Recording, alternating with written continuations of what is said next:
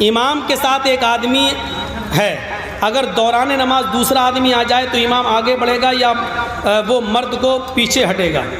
دیکھیے بہتر یہ ہے کہ امام کو آگے کر دیا جائے، پیچھے کسی کو کھینچنا یہ زیادہ مناسب نہیں۔ طریقے دونوں جائز ہیں، دونوں بہتر ہیں، لیکن علامہ ابن تیمیہ رحمۃ اللہ علیہ نے لکھا ہے اور فتح الباری میں حافظ احمد ابن حجر الاسقلانی نے لکھا ہے اور صالح العثیمین کا فتویٰ یہ ہے کہ جو آدمی پیچھے آ رہا ہے وہ امام کو اشارہ کر دے، امام آگے بڑھ جائے اور وہ اس کے پاس اس کے ساتھ کھڑا ہو جائے، لیکن آگے دیوار ہے، امام آگے جا نہیں سکتا ہے، تو پھر ایسی صورت میں وہ مقتدی کو پیچھے کھینچ لے۔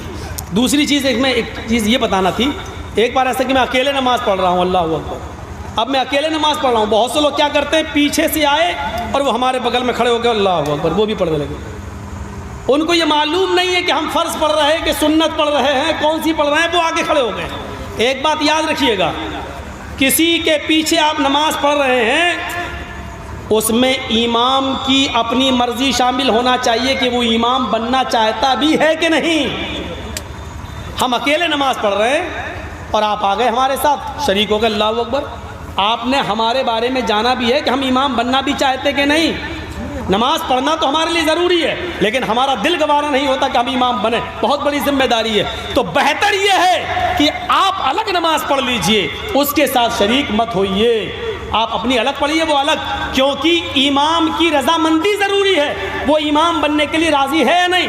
مسجد کا امام راضی ہوتا ہے، ہم لوگ بہت سے لوگ ہیں جو اس کے پیچھے نماز پڑھتے ہیں تو امام راضی ہے، تبھی تو وہ آگے بڑھتا ہے۔ جب آگے بڑھ کے نماز پڑھا رہا ہے تو وہ راضی ہے نماز پڑھانے کے لیے، اس کے پیچھے آپ پڑھ جائیے۔ لیکن ہم اکیلے نماز پڑھ رہے ہیں اور آپ آئے وضو بنا کے ہمارے ساتھ کھڑے ہو گئے، یہ طریقہ صحیح نہیں ہے، کیونکہ آپ کو پتہ نہیں ہے کہ ہم امامت کے لیے راضی ہیں بھی یا نہیں ہیں۔ تو جب تک رضامندی نہیں ہو ہماری تب تک آپ ہمارے پیچھے کھڑے نہیں ہو سکتے ہیں۔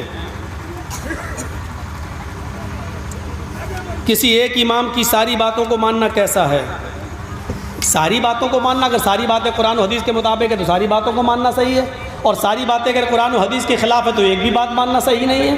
یہ تو عجیب مسئلہ ہے یار، کون آدمی نے کیا ہے؟ کسی ایک امام کی ساری باتوں کو ماننا کیسا ہے؟ ساری باتیں تو مانی نہیں جا سکتی ہیں۔ ہم نے جو تقریر کی میری ساری باتیں نہیں مانی جا سکتی ہیں۔ چاروں امام اس دنیا میں آئے، کتنے بڑے بزرگ تھے، لیکن ان کی ساری باتیں نہیں مانی جا سکتی ہیں۔ جو بات قرآن و حدیث سے ملے گی اس بات کو مانا جائے گا، اور جس کی بات قرآن و حدیث سے نہیں ملے گی اس کی بات کو نہیں مانا جائے گا۔ نماز میں رفع الیدین کرنا کیسا ہے؟ سنت ہے، 400 صحابہ کی معتبر روایتیں موجود ہیں، رفع الیدین کی 400 مرفوع حدیث موجود ہے، یہاں تک کہ نبی اکرم کے انتقال کے بعد بھی جن صحابہ نے نماز اللہ کے رسول صلی اللہ علیہ وسلم کی نماز کے بارے میں بتایا، انہوں نے بتایا کہ اللہ کے رسول کی آخری نماز بھی ایسی تھی جس میں وہ رفع الیدین کرتے تھے۔ رفع الیدین منسوخ نہیں ہوا، رفع الیدین اللہ کے رسول صلی اللہ علیہ وسلم کی زندگی میں آخری نماز تک رہا ہے۔ نماز میں آمین کہنا کیسا ہے؟ میں سمجھتا ہوں کہ اب ان مسائل کی ضرورت نہیں ہے، یہ بھی سنت ہے۔ اللہ کے رسول صلی اللہ علیہ وسلم نے فرمایا کہ اذا قال الامام غیر المغضوب علیہم ولا الضالین فقولوا آمین، جب تمہارا امام کہے غیر المغضوب علیہم ولا الضالین تو تم کہو آمین۔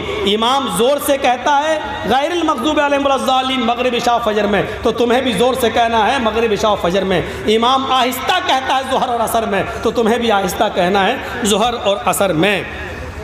زیر ناف ہاتھ باندھنا کیسا ہے؟ میں سمجھتا ہوں کہ اس وقت ان مسائل کو مت اٹھایا جائے، کیونکہ یہ اس وقت امت کو جوڑنے کی ضرورت ہے۔ جہاں سینے پہ ہاتھ باندھنا، ناف کے نیچے ہاتھ باندھنا، ان مسائل پہ چرچے ہونا چاہیے، لیکن آپس میں بیٹھ کر، مل کر، بیٹھ کر سنجیدگی کے ساتھ جلسوں میں اب اس قسم کی باتیں نہیں آنی چاہیے، اور اس قسم کے مسئلے بیان کر کے میرے بھائیوں فتنہ کھڑا نہیں کرنا چاہیے۔ یہ سب چیزیں غلط ہیں۔ حالانکہ آمین اور رفع الیدین کی بات بھی نہیں پوچھنا چاہیے۔ یہ ساری باتیں ہماری پرانی تقریر یوٹیوب پہ آپ سن سکتے ہیں، دیکھ سکتے ہیں۔ اس وقت امت کو جوڑنے کی ضرورت ہے، توڑنے کی نہیں۔ اگر آپ آمین اور رفع الیدین میں بھی الجھے رہیں گے تو معاف کیجیے گا، 2022 میں جو چناؤ آ رہا ہے یو پی میں، یہ پھر اس میں کوئی نہ کوئی اکلا ٹکلا پھر بیٹھ جائے گا، اور اوپر بھی کوئی نہ کوئی آ جائے گا۔ اس وقت ضرورت ہے میرے بھائیوں کہ ٹکلوں کو ہٹایا جائے، برہمچاریوں کو ہٹایا جائے، جو اپنے بچے نہ سنبھال سکیں، بیوی نہ سنبھال سکے، ایسے لوگوں کو ہٹایا جائے، اور جن کے اندر بیوی بچوں کا درد ہو، جو سمجھتے ہوں بچوں کا درد کیا ہے، جو سمجھتے ہوں عورت کا درد کیا ہے، ایسے لوگوں کو لایا جائے، اور اس کے لیے ہماری اجتماعیت بہت ضروری ہے۔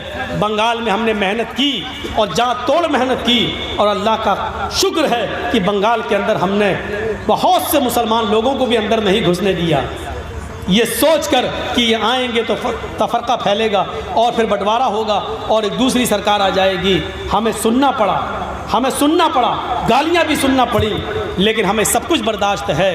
آج اللہ کا شکر ہے ہماری محنت رنگ لائی، اور ایک ایسی سرکار بنگال کے اندر آئی جس سرکار کی ہمیں امید تھی، جو ہم سب کو لے کے چلتی ہے، صرف مسلمانوں کی نہیں، ہندو مسلمان سکھ عیسائی سب کو لے کر۔ بہار میں بھی ایسی سرکار کی ضرورت ہے جو سب کو لے کے چلے، اور پورے ہندوستان میں بھی ایسی گورنمنٹ کی ضرورت ہے جو سب کو لے کے چلے۔ اللہ تعالیٰ سے دعا کیجیے اللہ ہم تمام مسلمانوں کے دلوں کو آپس میں ایک جوڑ دے، ایک کر دے، ہمیں مسلکی باتوں کو بیٹھ کر حل کرنے کی توفیق عطا فرمائے، ہمیں اپنے جھگڑے اپنے گھر میں دور کرنے کی توفیق عطا فرمائے، اور بار الہ بہار ہوں تو ہم سب کے سامنے ایک ہو جائیں، بہار ہوں تو ہم سب کے سامنے ایک ہوں، اور یہ میسیج دیں کہ ہم سب اس پلیٹ فارم پر ایک ہیں، ہم سب ایک جہتی اجتماعیت کے ساتھ ہیں۔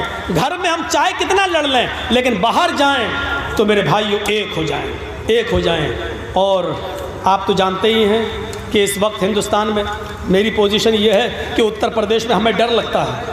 اب بنگال سے آفر مل رہے ہیں کہ آپ بنگال میں آ جائیے اور یہاں رہنا شروع کر دیجئے، ہو سکتا ہے کہ مجھے یو پی چھوڑنا پڑے۔ بہت سے لوگ تو ملک چھوڑ کے چلے گئے، میرے لیے کتنی پریشانیاں ہیں۔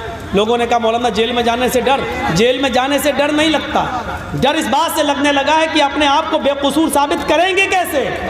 اس وقت یہ حال ہے کہ ایک جنگل کے اندر ہاتھی بھاگ رہا تھا تو اس سے چوہے نے پوچھا کہ ارے تم کیوں بھاگ رہے ہو؟ تو ہاتھی نے کہا کہ سنا نہیں جنگل میں اعلان ہو گیا ہے کہ جو بھی بھینس پکڑی جائے، جو بھی بھینس جنگل میں ملے اس کو پکڑو اور کاٹ ڈالو، ختم کر دو۔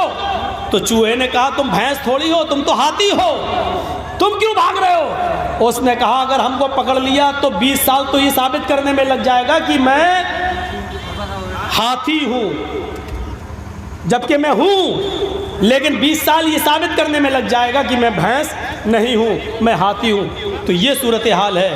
آج دیکھ لیجئے کیا ہے، مولانا کلیم الدین صاحب کو گرفتار کر لیا گیا، کیا تھا ان کے اندر؟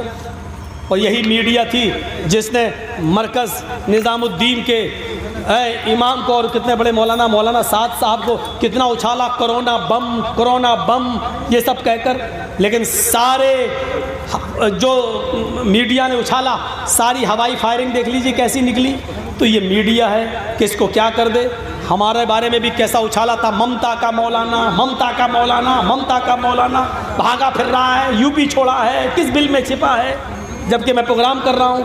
تو اس وقت میڈیا کو آپ کو ایک ہونا ہے، میڈیا کو سبق سکھانا ہے، اور ایسی سرکار کو بنانے کی کوشش کرنا ہے جو ہندو اور مسلمان سب کو لے کے چلے۔ اللہ تعالی ہم سب کے دلوں کو مضبوط فرمائے، ہم سب کو ایک کرے، ہم سب کو اتفاق و اتحاد کے پلیٹ فارم پہ قائم فرما دے۔ وما علینا الا البلاغ المبین، وآخر دعوانا ان الحمد للہ رب العالمین۔ السلام علیکم ورحمۃ اللہ وبرکاتہ۔